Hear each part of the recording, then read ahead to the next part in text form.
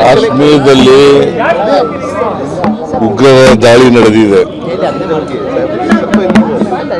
ನಾನು ಈ ಉಗ್ರರ ದಾಳಿಯನ್ನು ಬಹಳ ತೀವ್ರವಾಗಿ ಖಂಡಿಸ್ತೇನೆ. ಕರ್ನಾಟಕದ ಪ್ರವಾಸಿಗರು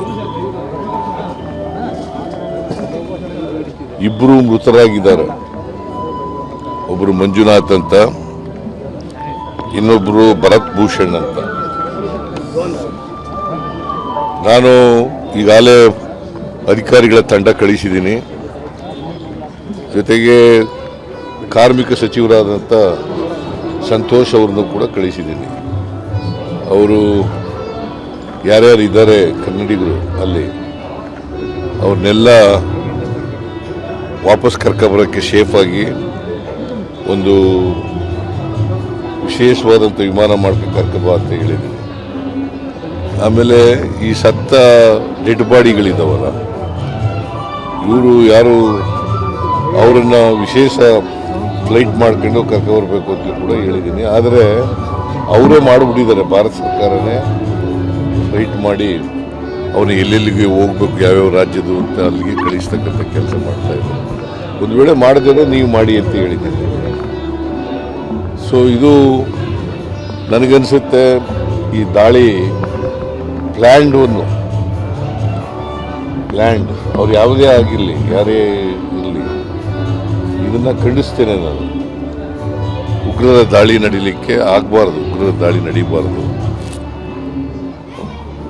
ಯಾವುದೇ ಜಾತಿ ಧರ್ಮದವರು ಕೂಡ ಇದ್ದರೂ ಕೂಡ ಇದು ಪ್ರಾಣ ಹತ್ಯೆ ಆಗ್ತಕ್ಕಂಥ ವಿಚಾರ.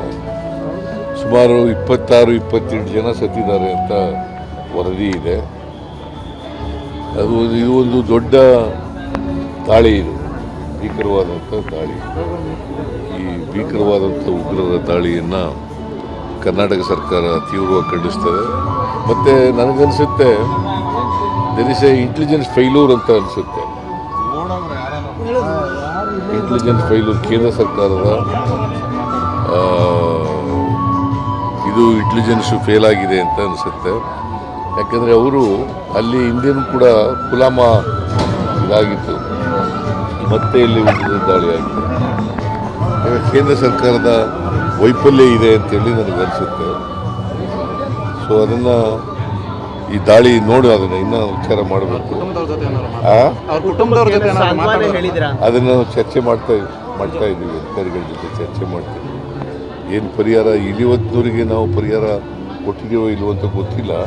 ಬಟ್ ಸರ್ಕಾರ ಅದನ್ನು ಪಾಸಿಟಿವ್ ಆಗಿ ಯೋಚನೆ ಮಾಡ್ತೀವಿ. ಇನ್ನೊಂದು 370 ರದ್ದು ಆದಮೇಲೆ ಇಂಥ ಘಟನೆಗಳು ಸಾಲು ಆಗ್ತಿದೆ ಅಂತ ಆರೋಪವಿದೆ. ನಿಮ್ಮದೇ MLA ಅವರು ಹೇಳಿದ್ದು, ಯಾರು? ಶ್ರೀರಂಗಪಟ್ಟಣ MLA ಹೇಳ್ತೀನಿ. ನಾನು ಹೇಳಿದ್ನಲ್ಲ ಈಗ, it is A failure of the intelligence, ಕೇಂದ್ರ ಸರ್ಕಾರದ ವೈಫಲ್ಯ ಅಂತ ಹೇಳಿದ್ನಲ್ಲ ಈಗ. ಸರ್, ಈ ಮೂಲಕ ಕೇಂದ್ರಕ್ಕೆ ಏನಂತ ಸಂದೇಶ ರವಾನೆ ಮಾಡ್ತೀರಾ ಸರ್ ಭದ್ರತಾ ದೃಷ್ಟಿಯಿಂದ? ಭದ್ರತೆಯಲ್ಲಿ ಯಾವುದೇ ರಾಜಿ ಇಲ್ಲ.